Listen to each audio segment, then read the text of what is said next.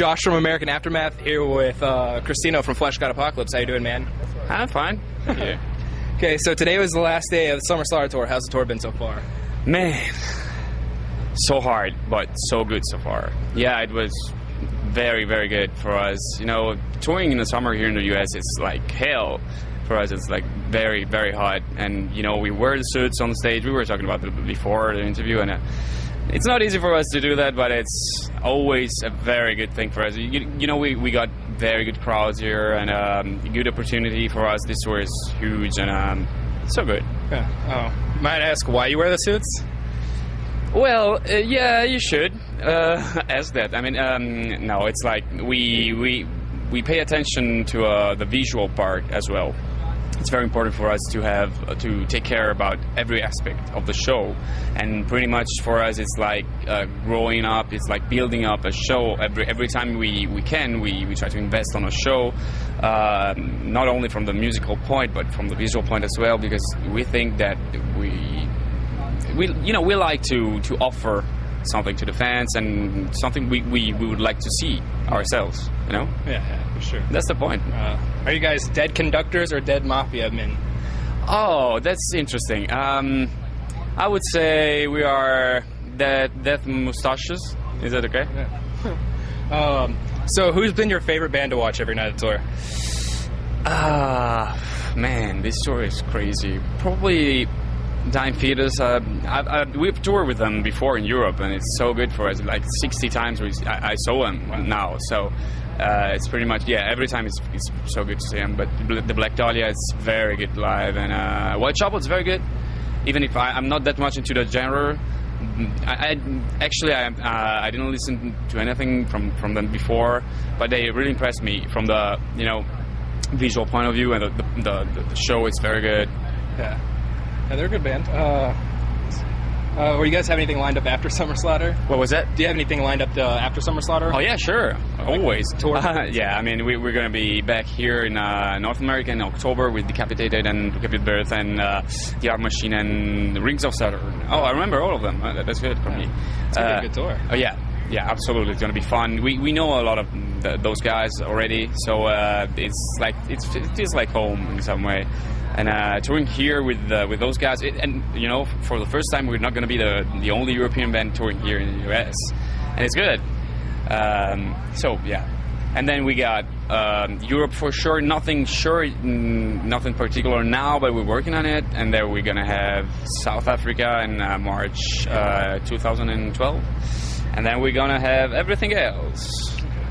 So you guys, like I said, are from Italy. Yeah. What's the major differences between touring the U.S. and touring Europe?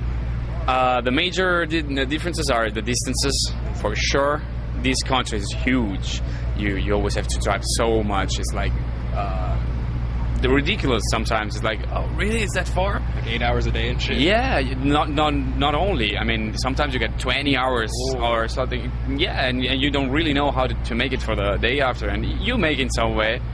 That's why I basically say that Summer Slaughter is so hard, because this tour is 10 bands, so you always have to be at the venues really early, and so it's not easy. But as I said, you know, touring here has a lot of good aspects.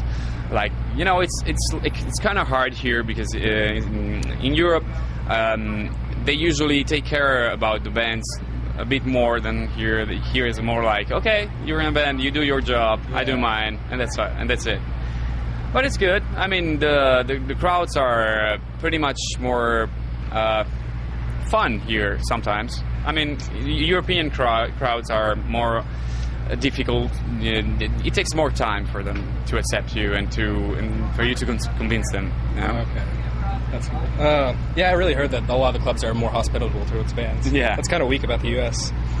You guys recently released Agony. Can you tell us a little bit about the album? Oh, yeah. I mean, it has been out in August the 9th here in the U.S. and North America in general. And it's out since the day before yesterday, if I'm not wrong, in Europe. And yeah, it's pretty much our, you know, it's a different thing for us. We wanted to make a step forward in our evolution, in our path.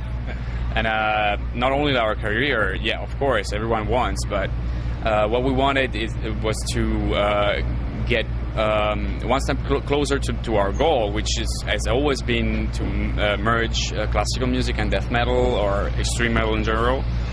And I think it's pretty much what we're trying to do, and people is like understanding it, and that's very good for us.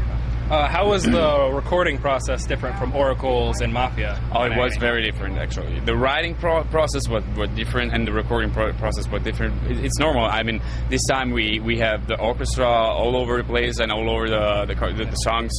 And, on Oracles and on Mafia, you had the interludes and piano pieces and intros, outros, and whatever. This time it's everything. Like the guitars, the bass, and the drums are meant to be a part of the whole orchestra. So it's pretty much different. Yeah, it is. What would you say, since it's obviously such a heavy classical influence, what are some of your favorite pieces of music or composers? Mine personally, I go completely out of my mind with Beethoven, completely. I got a bunch of them, the Italian ones are very good. Some of them, of course, like Vivaldi, like Verdi. But you got the German ones and the Austrian ones as well. Some French, very good. Yes, too much of those, actually. You guys recently did, again, maybe not recently, but you guys did a Carcass cover. How'd you go about choosing that song particularly? What we do usually when we decide to make a cover of a song is trying to pick up a song we all love, and we all would love to hear in a Fleshgod way, basically. Okay. And it's a kind of challenge for us from the beginning, and then maybe for the fans it's good because I don't know, what we try to do is to give a different point of view on that song. Sometimes it could be risky because you take a very well-known song which is different from the way you're going to do that. Yeah. But I think that we always do that with a lot of passion and a lot of love for it, and respect for that. So I think it's good. It translates really well for everybody. Yeah. How did you guys come up with the name Fleshgod Apocalypse? Oh, that's funny.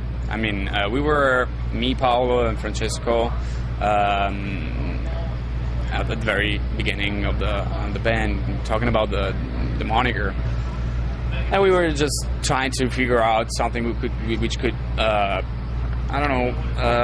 express the idea on the basically. And at one point, Paolo came out with this name. All of us were like, "No, it's not good." But then we realized that it's a kind of weird name, which is good because you can recognize it, and you remember it, and it's good because it expresses in some way what we wanted to do and what we want to do.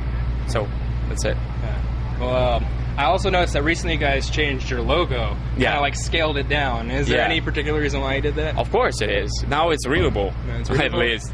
When you're not an headlining band, most of the times you got your name in a small format, or I don't know, if you don't have very big paintings with the logos. Yeah. It's not easy to recognize the name of the bands. You always have to write the name under the logo. We didn't want to do that, and we basically wanted to be more straight. That's part of it. Where everyone can get around with it. Yeah.